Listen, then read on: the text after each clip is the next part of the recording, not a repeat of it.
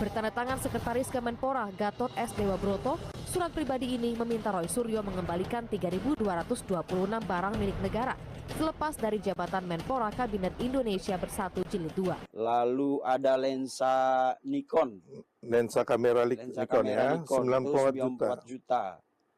Lensa kamera tipe Akam lens itu harganya 80 juta.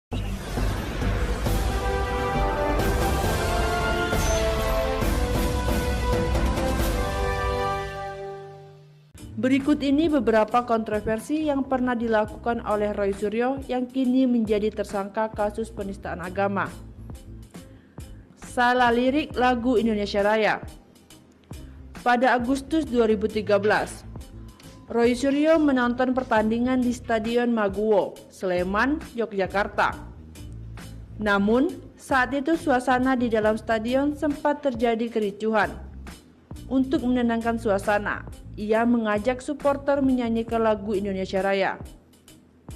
Namun, tidak disangka, Roy Suryo yang saat itu menjabat sebagai Menpora salah lirik saat menyanyikan lagu Indonesia Raya.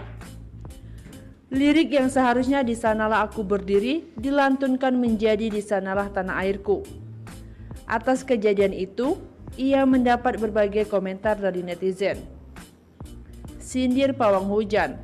Di akun sosial media Twitternya, Roy Suryo ikut mengomentari aksi pawang hujan di gelaran MotoGP, yakni Rara Istiarti Wulandari yang sedang melakukan ritual untuk menghentikan hujan.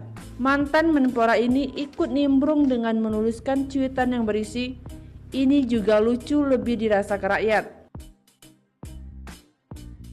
Diminta kembalikan aset negara."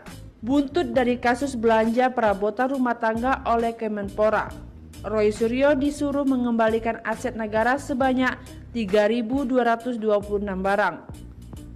Sejak kejadian itu pula, Roy Suryo disuruh mundur dari posisi sebagai Wakil Ketua Umum Partai Demokrat.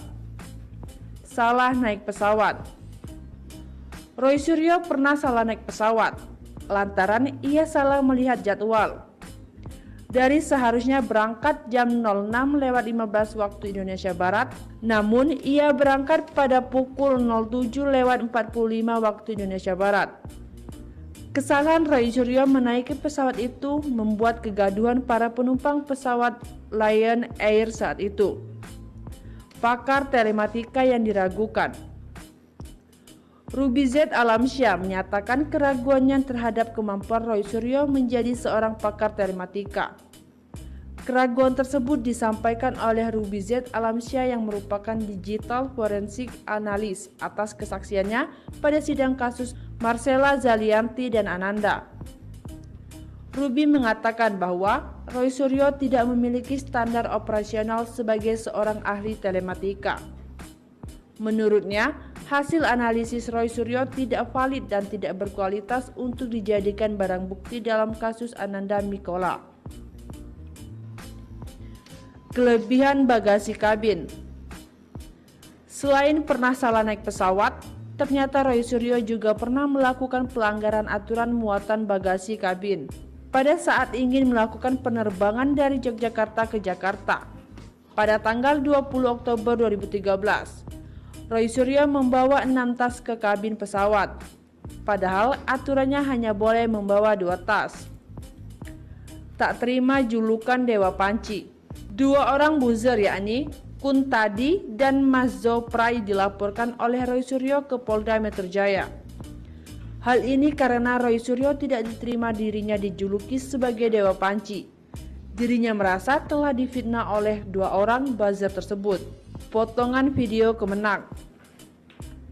Pada Februari 2022, Roy Suryo dilaporkan ke polisi lantaran telah memotong video Menteri Agama Republik Indonesia Yakut Khalil Qounas yang menjelaskan mengenai volume toa masjid.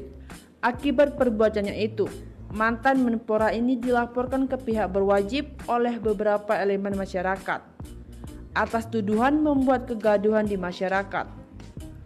Penistaan agama. Kontroversi terakhir yang dilakukan oleh Roy Suryo adalah dirinya Kontroversi terakhir yang dilakukan oleh Roy Suryo adalah dirinya terjerat kasus penistaan agama yang menyebabkan dirinya ditetapkan sebagai tersangka oleh Polda Metro Jaya.